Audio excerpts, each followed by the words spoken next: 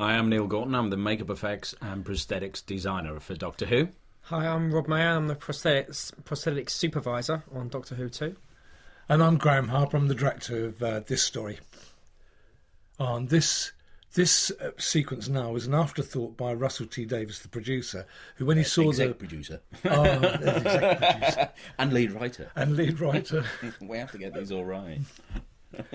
when he saw the first cut, he decided that the beginning, the pre-title sequence, was good, but not as good as he could remake it. And so he wrote this scene, and in it you see Cybermen for the first time, but you don't actually see very much at all.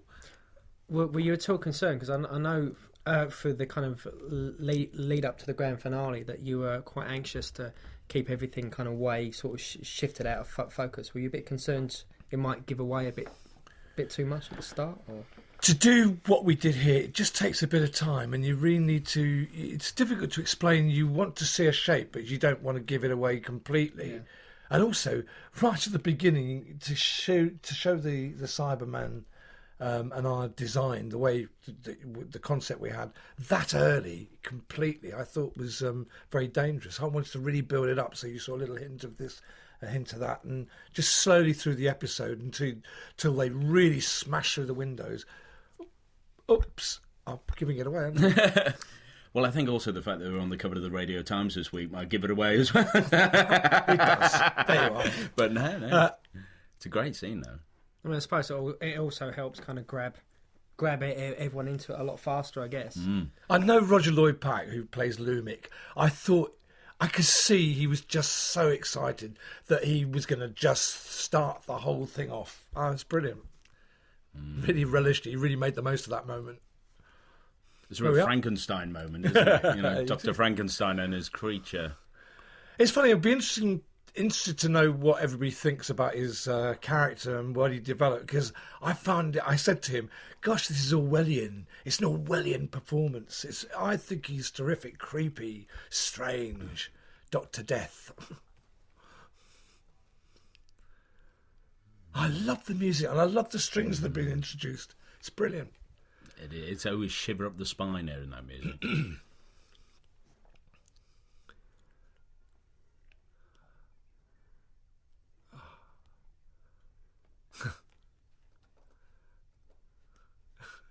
Oh, poor Mickey.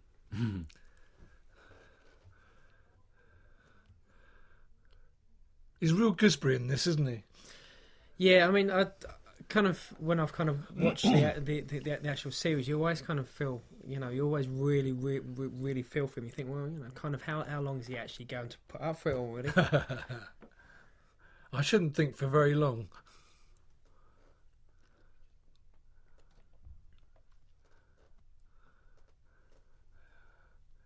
Yes. Yay. And so the story starts. And now, the effects now, today, 21st century, are stunning. I mean, it's stunning. Both your work, the Mills work, the model work, it's brilliant.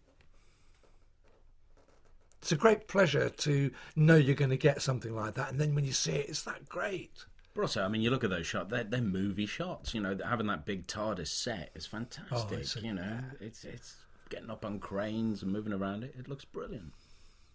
When I first saw the TARDIS, the day I walked into the warehouse where we shoot Doctor Who, and I saw the TARDIS for the first time, that was exciting. That was a really exciting moment. Yeah, we had that on the first series when we first come up. It was, oh no, you're not allowed. There was the overwhelming urge to actually take a picture and send it off to everyone and go, look, it's the TARDIS. This is the TARDIS. It's really the TARDIS. But you didn't do that. I didn't. Right? No, I didn't, because I'm professional. I don't do that sort of thing. Absolutely. Confidentiality. Oh.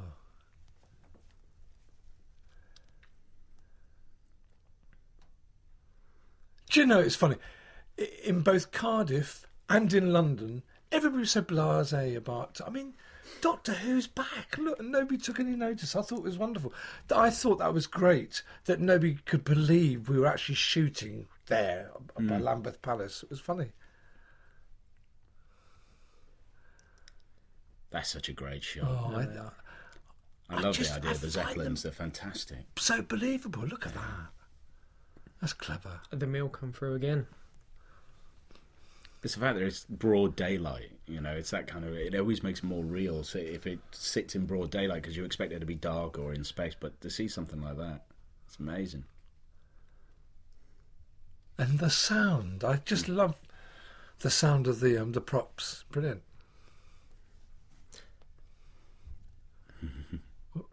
So how long did you shoot in London for this scene? How long were you in We there? had 2 days.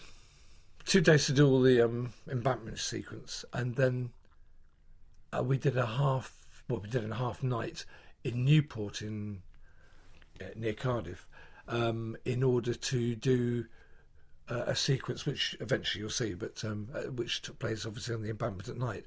But because it was night, I could get away with Newport.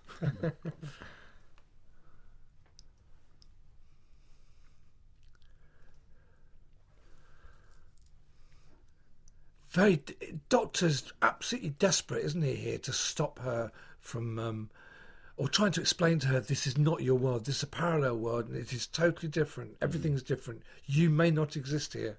Well, he made that mistake once in the first episode, in the first series, wasn't it? You know, with the whole Father's Day episode. So yes, you know, it's like not go down that road again. Well, here we go. It does look glorious. It's that kind of. It looks like Los Angeles or something. Yes. That warmth and the richness. South Fork. That was a fantastic house to shoot in. I have to Do say. you know, it took so long. I had 10 weeks of preparation before we started shooting, and I think we got this house in the 8th week. That's hard. It was really hard to find a house that would give us all the various details that we needed for the shoot. And we found it, and the man who owned the house, what an absolute scholar. The way he absolutely allowed us, he was there all the time though, he kept an eye on us. As you would. And I think he should have. But he was brilliant in allowing us everywhere. We wanted to go, we could actually shoot any part of it. It's a kind of perfect size house. Well, it's grand, but it's not so massive that with the amount of extras and that you have, they kind of get lost in it. So it kind of filled out quite nicely on screen. I think that was a really good point. The fact that it looks big, certainly from the outside, but very manageable inside with the amount of extras. So you didn't have thousands of people to fill it, and it was meant to be a big party that is thrown there. And I think we get away with it. I think it works very well. It's a lovely house, though.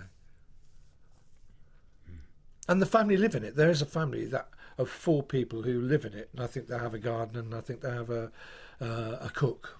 Wow. But they seem to run their own home. So. Yeah. I must explain that I won't make many comments about the shooting because I wasn't actually there for any of the filming. You've heard the stories, sure. I've heard lots of stories. I mean, obviously, I was involved heavily in the build, but the actual filming, I managed to avoid every single day of. Look at this! It is an amazing shot. That is amazing. That is an incredible You shot. absolutely believe that really is the thing, the business. Extraordinary, an extraordinary shot, and the helicopter shot is from a previous shoot. I had borrowed that. What was that from then? I think it was I think it was done for the first series. I can't remember what episode. Yeah, because they probably for Aliens of London or something. And there were some shots in it that hadn't been used, so I nicked them, of course, because that saved us having to go up in a helicopter and shoot again. And the mill matted in that fantastic Zeppelin, Cybus Industries.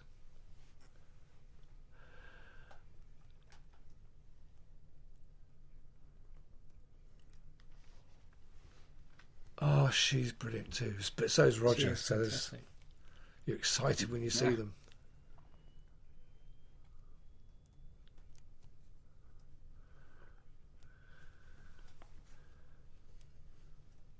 I love the music. I find the music doesn't interfere at all. It's just a part of it. It just absolutely drives along the whole story. It's quite rare as well for a third dimension for a TV series to actually have each episode almost have its own score. I mean, that's almost unheard of. Well, it's the same with all of Doctor Who. Everything we're striving for is to make it like a movie every time. You know, no one is trying to make television. We're all trying to make movies on this show.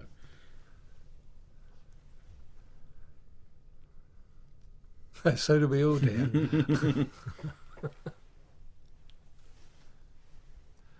Oh, this is Colin Spaull being his meanest. And doing a damn fine job of it.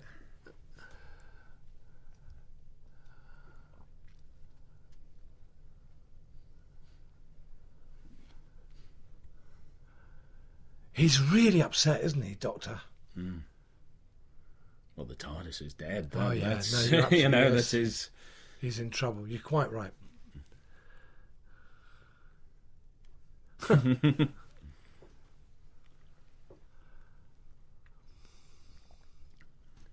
We're back to Cardiff here, aren't we? This is Newport. This is an art centre by the river at Newport. But I needed to get her to walk away down the embankment towards Battersea, strange enough. So this is in the direction of Battersea, although you don't see the power station. But that was the idea. And look at that. That's fabulous, isn't it? Grim, frightening, Absolutely fabulous. creepy.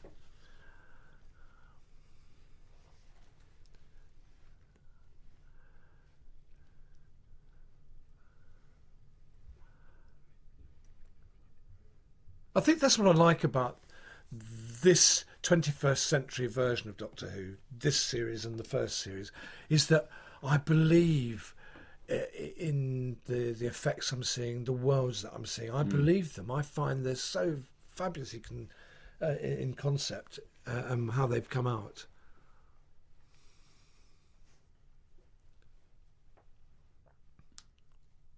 Gosh, the sound's good, isn't it? Mm-hmm.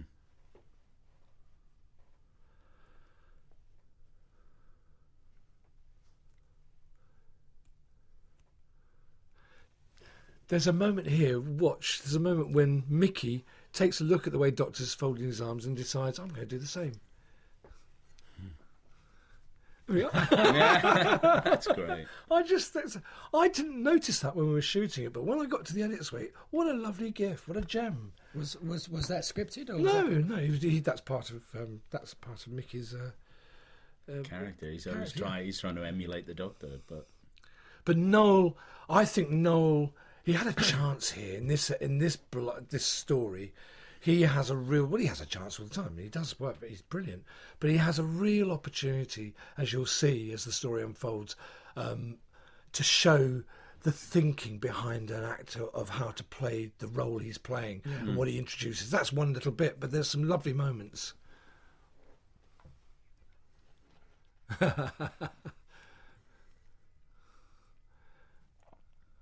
Zeppelins again, it's brilliant.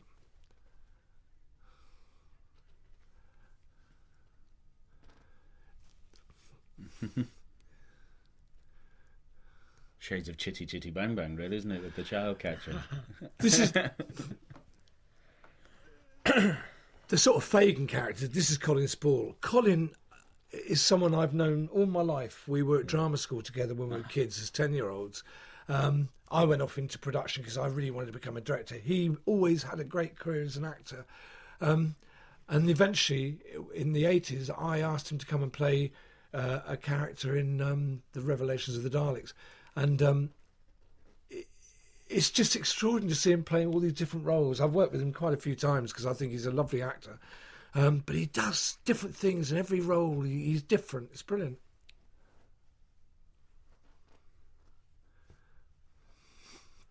Oh, horror.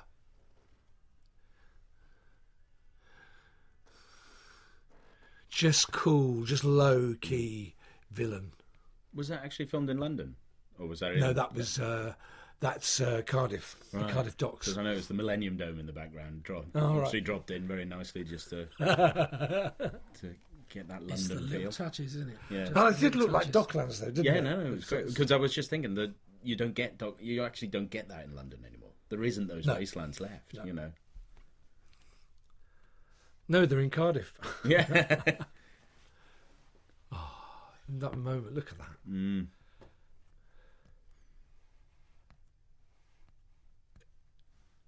He's a kid, it's brilliant.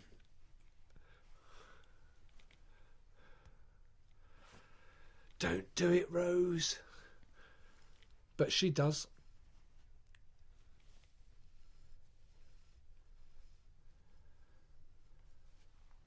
It's quite nice to have these moments that just now and again, it's very rare that they just make a little connection. Yes.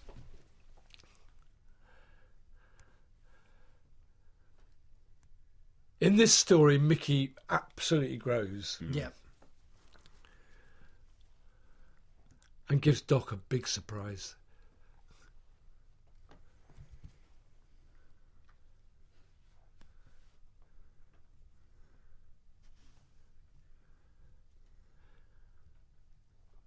Oh, this is absolutely the beginning of all the trouble. Here we go.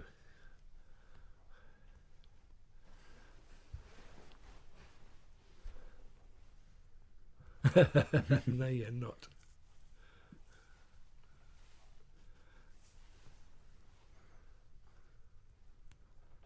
She just wants to see her mum and dad, doesn't she? Well, you do, because you would want to. But she can't accept that this is a parallel world.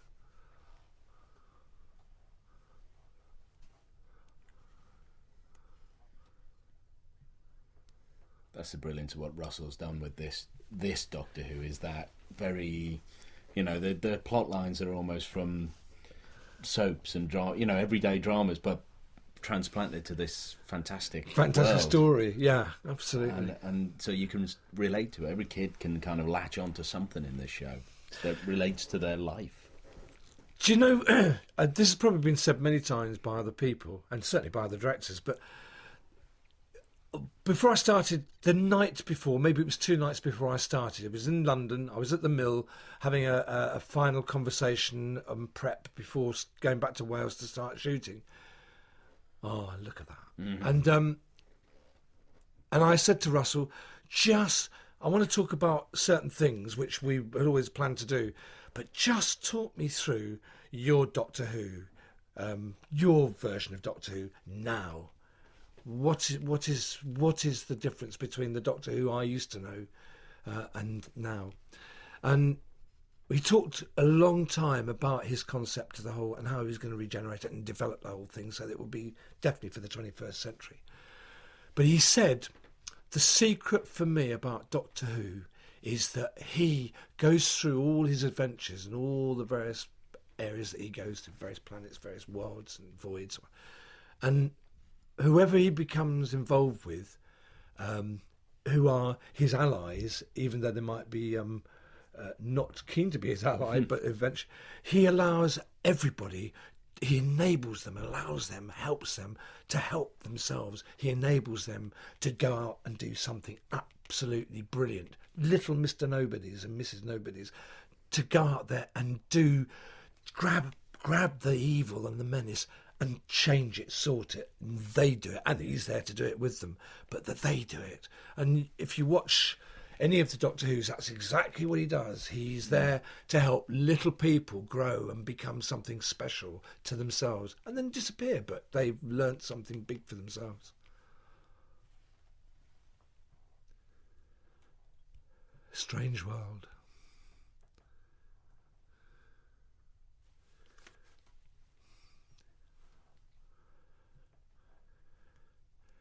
It's kind of it's odd. It's sort of Second World War period, but it isn't because, of course, it's now. But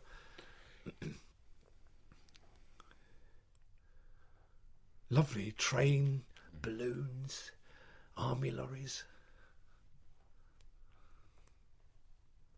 So lovely scale to it.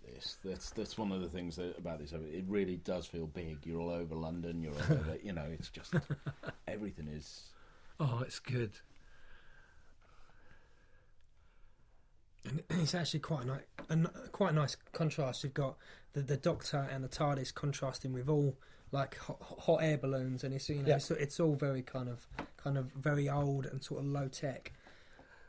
But that's sort of, I mean, that's what the whole discussion with the Cybermen design, wasn't it? We were trying to. I've had several people discussing the Cybermen design process, and it was.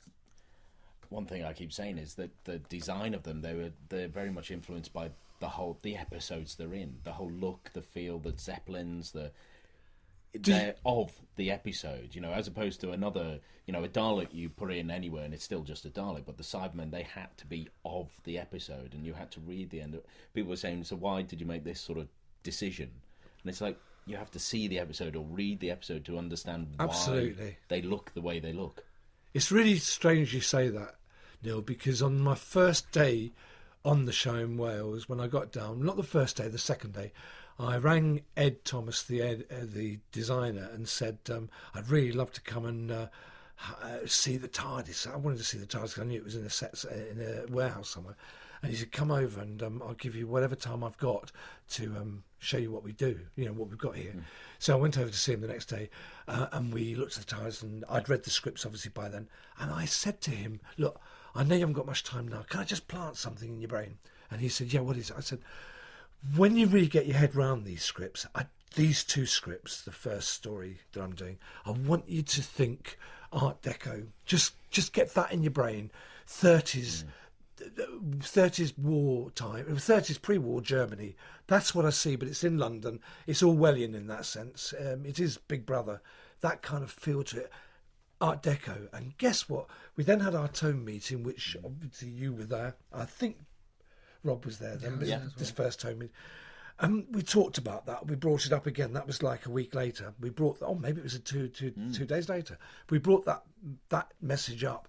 And what happened then was you then went away. Well, in fact, you come in already with 20 or 30 designs, you and various members of the design department. And we all looked at all these designs.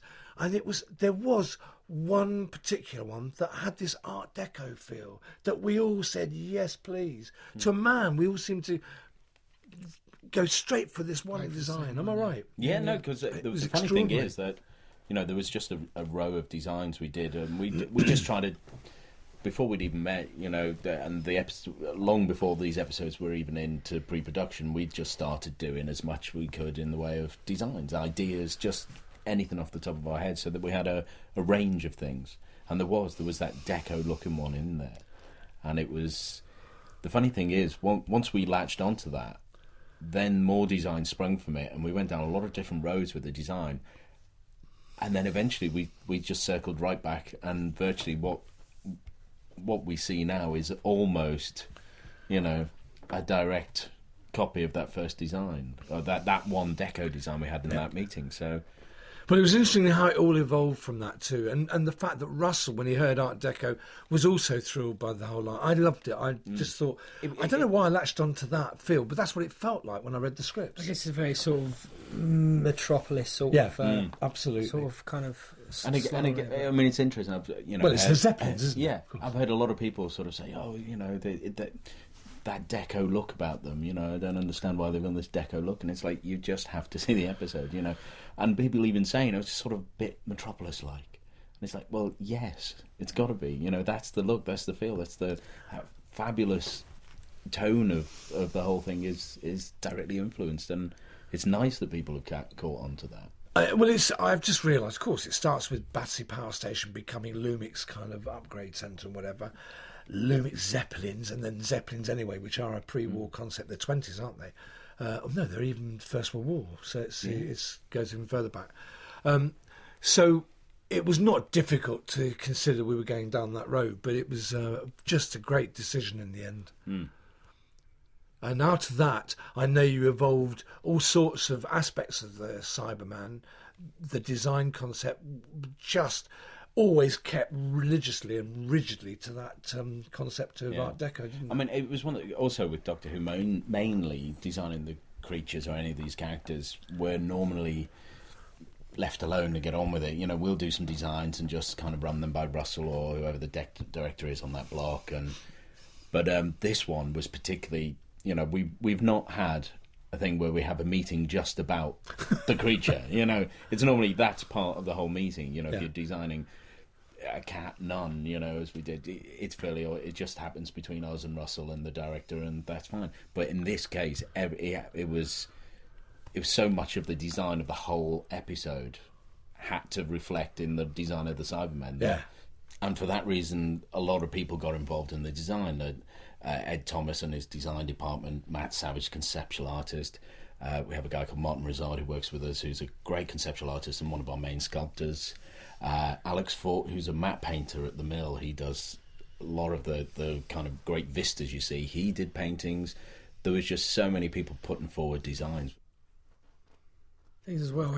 It was such an important thing to get right, because I know in the first series that the Daleks were tweaked, but not drastically redesigned, and really it was taking an old Doctor Who classic and favourite and pretty much completely changing it, which we hadn't actually been done before in actually, I mean, the thing with the Cybermen, again, people have said, "Oh, what's it like to change something like that?" It's like, well, if you look back, they've changed every time they've been on screen, and drastically. They started as a guy with a kind of cloth mask on, and sewn up high. It was like a mummy, wasn't it? Yeah, quite creepy. It was brilliant image. That it's a fabulous image, and it's a shame we couldn't kind of go down that route in one way. There was a design which sort of reflected that a bit, but it was more horrific and wouldn't suit this episode. But it was a great design, but it is one of those things. They have been so altered, and I actually saw something on the internet where someone was ranting on about why have they gone from being 3 fingers to 5 fingers? Design continuity, and then someone pointed out that they've been alternately had 5 fingers, 3 fingers, 5 fingers all throughout the series. So. You can't kind of get uptight about things like that. I mean, I guess you also then perhaps have that every generation has its own kind of Cyberman design. I mean, I know being born kind of early 1970s, I've got a picture of what the Cyberman was to me when I saw him on TV. But going back to kind of design these, it was a very interesting experience, because the first time I'd actually looked, at how much they'd changed from right at the start, and they had changed with each kind of generation of people, and quite drastically, hadn't they? Although the basic shape and flat face and roundedness and the little slip for the mouth has always stayed, but the overall shape has changed definitely. I mean, Russell's really good at hitting the nail on the head with. What it is about a character or a creature or something, a design that we're trying to fathom out, what's going to make it work. And Russell, I think in this instance, there was 4 things that he said were very specifically had to happen. One was the handlebars. Yeah. Another was the tear ducts, the teardrop in the eye. Yeah. That was brilliant. He absolutely wanted that. A third thing we all agreed on was the heads had to turn. Because all the old ones had that kind of head going into the neck, and they always turned in that really clumsy way. And then the 4th thing, I'm so distracted by the Lion King playing, because I'm thinking, where's that come from? It's a stroke of genius, because I read that in the script and I'm thinking, I can't work out how that's going to work. And with a song over it, and I saw it at the preview. And it's fantastic. It just goes so well. Look at that. I pass Betsy a lot of times in my life, but that is how it should be. It's creepy. It's glorious. No, it is glorious. Yeah, well, I got through 3 things there. The 4th thing, and the most important thing was they had to look like steel. Yes, that was he absolutely. And they do. I don't want chrome. I don't want silver spray. It's got to look like steel. Do you know? I remember saying at a meeting, if you know what the engine block of an Austin 7 looks like, that's what I felt the shape should be. They do. They look like the shape, the roundedness looks, and the texture of the metal you've used, or the fabric you used, it's material you've used, looks like Austin 7 metal. It's strange. No, it's got that lovely. I mean, it's actually an aluminium. We put an aluminium powder into a resin. It's called cold cast metal, so it's actually metal, but you mix it up with a resin. It's a powdered metal, and then you brush that in the molds, and it all comes out. And you polish it up, and then we actually used iron grate polish. That you'd polish up an old fireplace with. Use that on them to get that sort of blackness, that aged metal into it, and that's the polish. And it's got and it goes from being kind of aluminium to really that kind of slightly oily steel look. And but it gets on your hand, it gets everywhere. Yeah, Doesn't it? You're polishing it, and we'd all be. There's a good hands would all be black from few it. processes to get to that stage. Oh, it was a lot. It was And if they hard broke, work if making they them. broke and you had to fix them, then the bit that you fixed also had to go through the same processes the rest of it had gone through. But it was They it were was hard well work. worth it. They were hard work, Well worth but it. very worth it. I mean, just seeing them, 10 of them stood there as well is amazing. They originally wanted 20, but killed us building 10. So it's like, Yes, I was very disappointed. I was expecting, if you remember, on the first meeting, Yeah. we all, there'll be 30 of these, thank you very much. In fact, I remember asking for 40 and was asked if I would accept 30. And then when we got down to it, 10. In fact, there were 10 and two extra suits which were soft for stuntmen to wear. So that, because they're very difficult to work in, aren't they? For the guys that actually were operating them. And then we wanted stuntmen to throw themselves around a lot. And we did, we got it. It absolutely worked. It's brilliant. yeah. But also, I mean, the other thing was finding performers who were the right, because everything was built on Paul Casey, who's our main, performer. Yeah. And Paul's been Tree People and Oods and what else has Paul? Paul's been in so many different. He was a Slovene. He was Trini or he was a Susanna, one of Clockwork those. Man as well. Clockwork He's Man. done pretty much everything we've done, really. But of course, then everybody had to match Paul's size, because I was just so the thing that always drove me mad was the old episodes where you'd get one Cyberman who was 6'2", one who was 5'8", one who was a bit portly, one who was a bit skinny, one who'd slouch. So it was getting that uniformity, that military uniformity to them. But of course, we ended up going through, I don't know how many people came for a casting, and we found either the head wouldn't Quite a fit, few, they couldn't yeah, get their legs yeah. on, it really was a... They were claustrophobic. They were claustrophobic. That was a good great. A start. guy turns up for the casting, and we show him the mask, and he's like, "Oh, I don't think I could wear that." He said, "I have trouble even going on the tube." We're like, "You're not going to get that head on, then, are you?" Thank you I very think much you've for coming wasted down. your- But their vision is... yes, I have to talk about a moment later that was very funny. But their vision was tunnel vision, wasn't it? You can't. Yeah. They couldn't see anything kind of peripherally to the side. Which made it. I mean, on the scene coming up here, it made it quite hard for them to march in a line.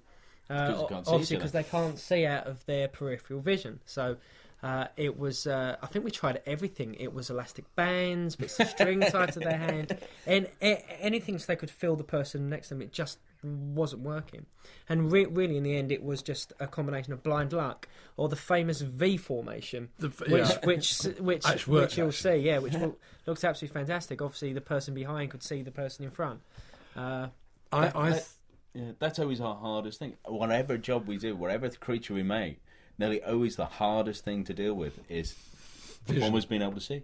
Because as soon as you put any kind of mask on, and you as you say, the peripheral vision is the thing we lose completely here. Cybermen have actually got a lot of vision compared to some of the other characters that we've done, but even so, they have no peripheral vision, and at first people think, well, that can't be such a big deal, but actually try it. Tape two halves of a toilet roll to your eyes and try and walk around, and it's very difficult. Wouldn't recommend that though. Well, no, you'd look a bit silly, but Look, two Mickeys. He's called Ricky, our gentleman on the right. So was this a bit of a kind of not nightmare to shoot kind of? It was interesting. Interesting. I mean, I've done. In my day, it was blue. We used blue a lot more than green. Here, we used green background, green CSO as I know it, where you're able to shoot. First, Noel played Mickey, sat in the chair, and we had to have a double, double marking the positions for him as Mickey, for where Ricky would walk around him and stop and look, etc. And then repeat the same thing, but with Ricky. So we'd have everything was locked off. We'd take out obviously Mickey as Mickey and or Noel as Mickey, and then he would dress. At that stage, they were in different clothes. Well, in fact, Mickey was naked, but then he got dressed as Ricky, and then he did his performance as that. But the performance, the difference between the two characters is absolutely smashing. He's really thought it out. We had lots of discussion about this character, but really I just trusted him and left him to his own devices and nipped him when I felt something wasn't quite working. very rarely, but other times there were little comments, and he would, oh yeah, I'll do that, Gray, and off we went. It was a fabulous offering. He gave us a lovely performance of these two characters, and that's what I mean. He came into his own big time in this story. I mean, I think it's the first time he's really had a chance to kind of do that, isn't he? He's always been a bit of the kind of comedy relief, or it's. I think this probably an episode he could really, really get his teeth in. Yeah, absolutely. And I think he becomes a fantastic hero. I think Rose has to think about it a bit.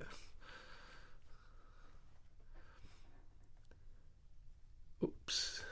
Sneaking about the house. What's he up to? Got that James Bond look about him here. Because Pete, is the father, is part of the... setup, Cyber's industry setup, so his computer is set up obviously on the Cyber's Industries website. So maybe Pete's a bit of a dodgy character, because he seems to be working for a very, very evil man.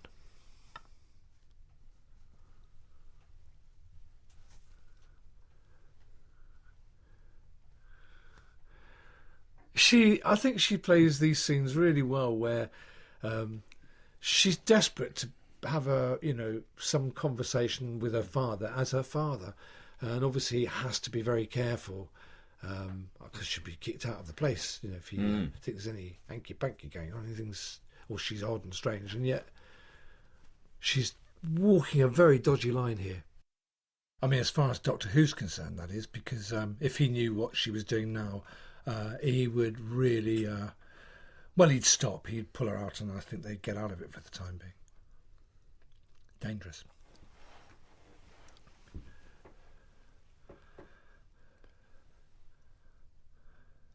See, she's going to cause a problem. Just teetered on the edge, just hoping something will come out. He almost did then. He almost realised he knows her, but... can't work it out.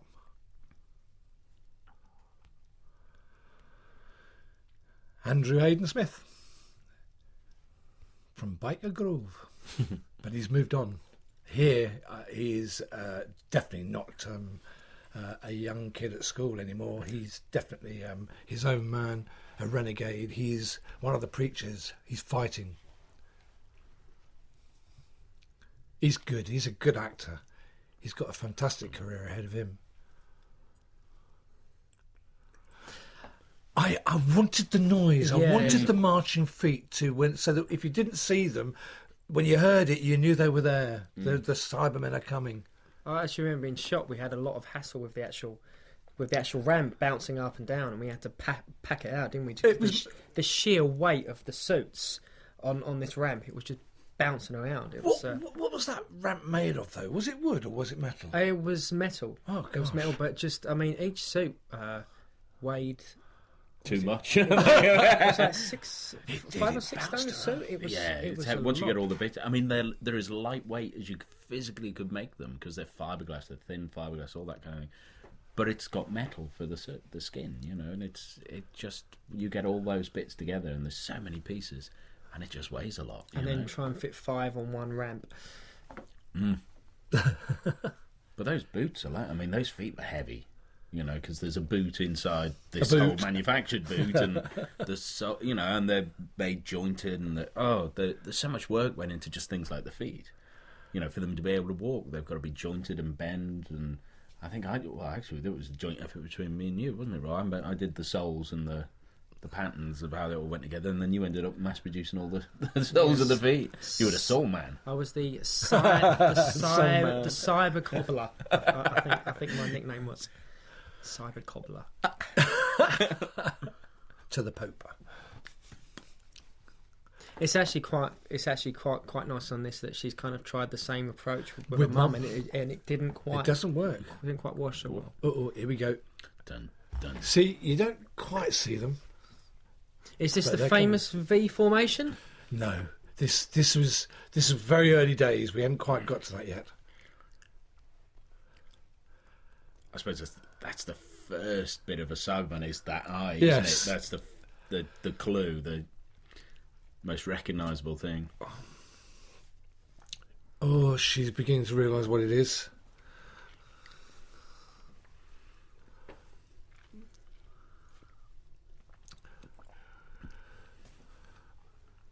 I love this. I love this build-up. I hope everybody else does. Oh, it's lovely.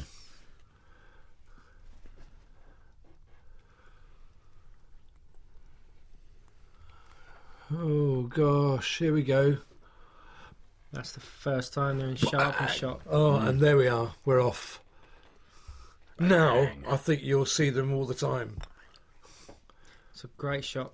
Don Warrington's worried. Don Warrington played the president.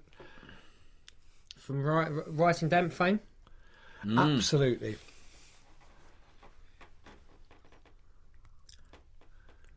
This was great. Actually, it was very... Obviously, we were in this fantastic house, this fantastic mansion house, and everyone was trying to be as careful as they could. We're wearing little feet, little shoe protectors. Like the booty and things. then we have these guys kind of storming around these Smashing houses in through. these giant suits. Just every take, it was like, "Can you be careful of the wall? Can you be careful?" It's like I can just about see forwards. I'm doing my best. I just wanted to make sure that every shot that we took had Cybermen in the background somewhere. Yeah. Just so you felt there were 10, 15, 20 of them in that room. And not the small amount we did have.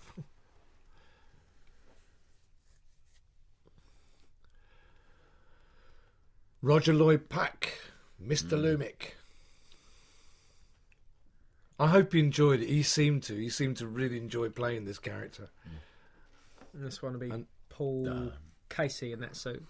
The blue light. We worked so hard trying to figure out how to make that switch on and off, didn't we? Because suddenly you go, well, is it radio control and is it a button? and actually all it is a little switch inside the mask that the performer inside pushes their chin against. It's in good, a very very uncomfortable clever. fashion. But it works. Yeah, It works so simply. But it's simple. Isn't that always the way? We always say absolutely. that the Always simplest We is the best. always try and find the simplest way, because if you've done them radio control, you can have interference, you can so many things. Don't do it, Don. Don't antagonise it. Oh, told you.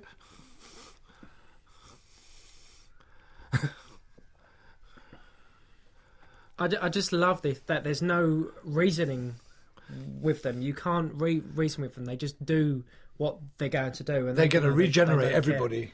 Upgrade them all. Not regenerate, upgrade. Yeah.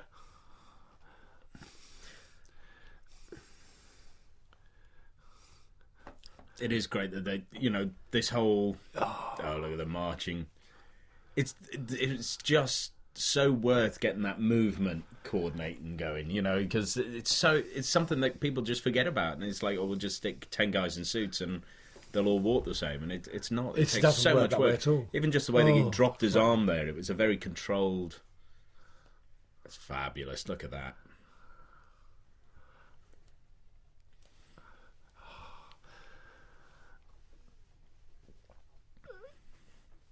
Oh, they're coming. Oh, look at that. The soles of the feet. I never thought we'd actually see the soles of the feet. It was worth doing. I was tempted to put a C on the sole, and I didn't have time. I thought it'd be great to see a footprint with the Cybers Industry logo, but absolutely brilliant idea. didn't have time to get it done. And Look at the fog. That's real. That was there. It was freezing that night. Strange. Absolutely freezing. I have to say, fair dues to Miss Piper, because she wore that dress a lot, and it was freezing. This is about that time 4 or of year. 5 degrees below. This was. It was extraordinary. But you wouldn't know. why do you think I didn't go on the shoot? Stupid. That's why I I was was charged, you shooting see. at night time, winter, Yeah, Wales. Snow. I think I It's might as well not- just go off and. It's not the best idea, but it works. It actually snowed this night. It did. And we stopped filming for about three quarters of an hour because there was so much snow on the ground. We had 10 Cybermen all sort of huddled around one sort of outside heater. Obviously, because they got such a high amount of metal in their suits. Oh, they It must was have been frozen, those. so cold to touch. The thing is, they couldn't put a jumper on or anything No. underneath. I mean, they. We had Oh. dressing gowns for them. But during the filming, I mean, they've got nothing. Oh, this is woolly. the end. Look, this is trouble. How's he going to get out of this? There's no way out for the Doctor. This is curtains. Fantastic. Oh my goodness. So what happens next, Graeme? I'm not going to tell you. Oh. Well, we'll just have to wait till next week. I was Neill Gorton. I had a great time. I was Rob Mayer. Fantastic. And I'm Graeme Harper. I directed this, and I hope you come back next week and see the rest of it. Yay. So I enjoyed sharing that with you. Oh, it was great. Brilliant. Thanks very much. Fantastic.